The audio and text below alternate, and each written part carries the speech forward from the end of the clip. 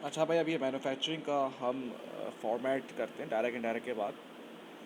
सबसे पहले opening raw material था, ठीक है भाई। फिर मैंने वही परचेज ऑफ रॉ मटेरियल किया और ऐड कैरेज इनवर्ड्स या carriage on raw material less return outwards और less closing inventory of raw material. तो ये आया था cost of raw material consume. Manufacturing account जिसमें हम गुड्स को मैन्युफैक्चर करके बेचते हैं, तो रॉ मटेरियल को ही, जैसे हम कपड़ा शर्ट बना रहे हैं तो कपड़ा हमारे लिए रॉ मटेरियल हो जाएगा, सही है ना। फर्नीचर बना रहे हैं तो वुड हमारे लिए रॉ मटेरियल हो जाएगा। तो ये बताता है इतना हमने रॉ मटेरियल यूज़ किया। देखो, मैं जब बच्चों को ये समझा रहा होता हूँ ना, तो मैं ये कहता हूँ यहाँ से यहाँ तक एक तरह से आपका कॉस्ट ऑफ सेल्स का फॉर्मेट है नहीं है, जो आपको बताता था कि कितने के जो आपने गुड्स बेचे हैं उसकी कॉस्ट कितनी है। तो अगर मैं, ये फॉर्मेट सबको याद होता है, तो अगर हम इसमें रॉ मटेरियल की जगह रॉ मटेरियल लगा दें यूनिट्स की जगह, तो ये मैन्युफैक्चरिंग अकाउंट का फॉर्मेट बन जाएगा, जो ये हमें ये बताएगा कि कितने के रॉ मटेरियल इसमें कंज्यूम हुए हैं, जो हमने गुड्स बनाए, कितने के कपड़ा यूज़ हुआ है, कितने की लकड़ी यूज़ हुई है, ठीक है ना। ये बता देगा। उसके बाद इसकी मज़ीद डायरेक्ट कॉस्ट आती हैं, जैसे कि आपके पास जो A2 में जो 3 डायरेक्ट कॉस्ट होंगी वो होंगी वेजेस, फैक्ट्री वेजेस। बेटा, डायरेक्ट कॉस्ट की मैंने इससे पहले वाले स्टेप में ना पूरी वर्किंग बताई हुई है आपको, कॉन्सेप्ट। फैक्ट्री वेजेस, इसमें मैं आपको फॉर्मेट का बता रहा हूँ। फैक्ट्री वेजेस एक बोलेगा, फैक्ट्री डायरेक्ट एक्सपेंस खुद ही बोल देगा डायरेक्ट, और रॉयल्टी पेड, ये भी एक डायरेक्ट कॉस्ट है। देखो, डायरेक्ट कॉस्ट क्या होती है, जो वेरी करती है यूनिट के लिहाज से। अगर मैंने लीवाइस से फॉर एग्जांपल एक कॉन्ट्रैक्ट कर लिया कि हम आप जब भी आपका ब्रांड नेम यूज़ करेंगे मैं आपको 1000 रुपीज़ पे करूँगा। अगर मैं उसका एक जीन्स पे यूज़ कर रहा हूँ तो मैं उसको 1000 पे करूँगा, दो जीन्स पे कर रहा हूँ तो 2000 करूँगा, तीन जीन्स पे कर रहा हूँ तो 3000 करूँगा, और किसी पे नहीं कर रहा तो ज़ीरो कर दूँगा। देखो, ये वेरी कर रही है यूनिट के साथ, जी हाँ, ये वेरी कर रही है, तो इसलिए रॉयल्टी पेड भी आपकी डायरेक्ट एक्सपेंस है। तो मैं बच्चों को ये बताता हूँ कि देखो, यहाँ तक ये जो है ना, ये आपका कॉस्ट ऑफ सेल्स से याद हो गया। उसके बाद आपकी कोर्स के लिहाज से आपके पास 3 डायरेक्ट कॉस्ट हैं, सही है ना।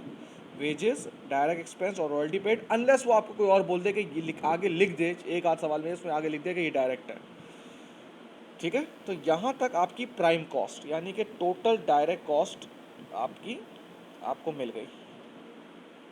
उसके बाद आते हैं फैक्ट्री ओवरहेड्स।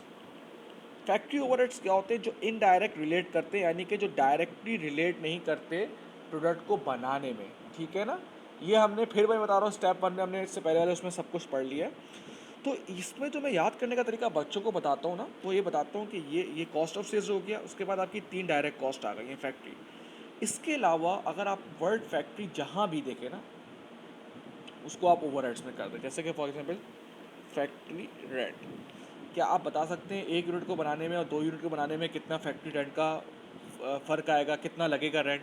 इसको ट्रेस करना बहुत मुश्किल होता है, इसलिए ये सारी चीज़ें, factory rent, factory heating and lighting, सही है ना, फैक्ट्री इक्विपमेंट डेप्रिसिएशन, ये सारी चीज़ इनडायरेक्ट में आएगा। मतलब फैक्ट्री का वर्ड जहाँ भी आएगा आप इनडायरेक्ट में लिख दोगे, ये तीनों को मिलू के ये आ जाएगा। फिर होगा add work in progress opening और less work in progress closing, और फिर आ जाएगा कॉस्ट ऑफ प्रोडक्शन। अब इसकी लॉजिक क्या है, देखो, साल के जब हम शुरू करे थे तो 10 यूनिट थे जो तैयार नहीं थे, यानी कि वर्क इन प्रोग्रेस ओपनिंग।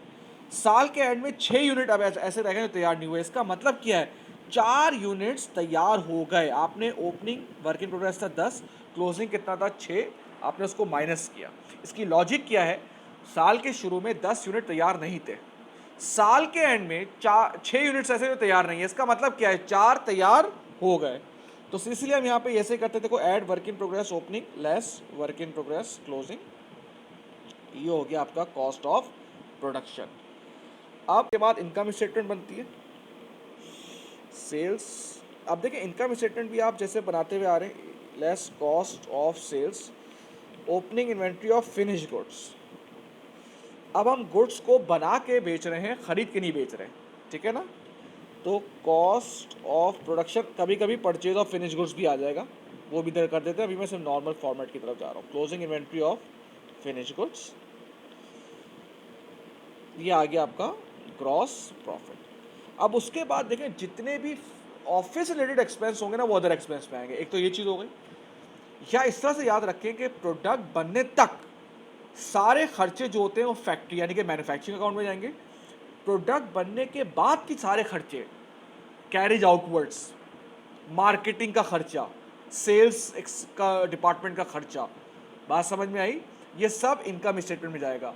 यानी कि गुड्स बनते हैं फैक्ट्री में और एडमिन ये सारा काम होता है ऑफिस में। तो फैक्ट्री के अंदर जो कॉस्ट लग रही होगी ना वो सारी मैन्युफैक्चरिंग में आएगी, और फैक्ट्री के बाहर जो कॉस्ट लग रही होगी वो सारी ऑफिस में आएगी। अब मुझे एक बात बताएं, marketing, distribution, carriage outwards, bad debt क्या है? अदर एक्सपेंस है। हमने एक चीज़ सेल कर दी थी उधार पे, वो नहीं, उसमें पैसे वापस नहीं आए तो आपने उसको बैड डेट कर दिया। मतलब बात समझ में आती है भाई? प्रोडक्ट बनने तक के सारे खर्चे, मैन्युफैक्चरिंग प्रोडक्ट बनने के बाद के सारे खर्चे इनकम स्टेटमेंट में। फैक्ट्री से रिलेटेड वर्ड फैक्ट्री आ जाए तो समझें मैन्युफैक्चरिंग, ऑफिस से रिलेटेड सारे खर्चे क्या नाम है आपका मैन्युफैक्चरिंग में होंगे। ठीक है भाई।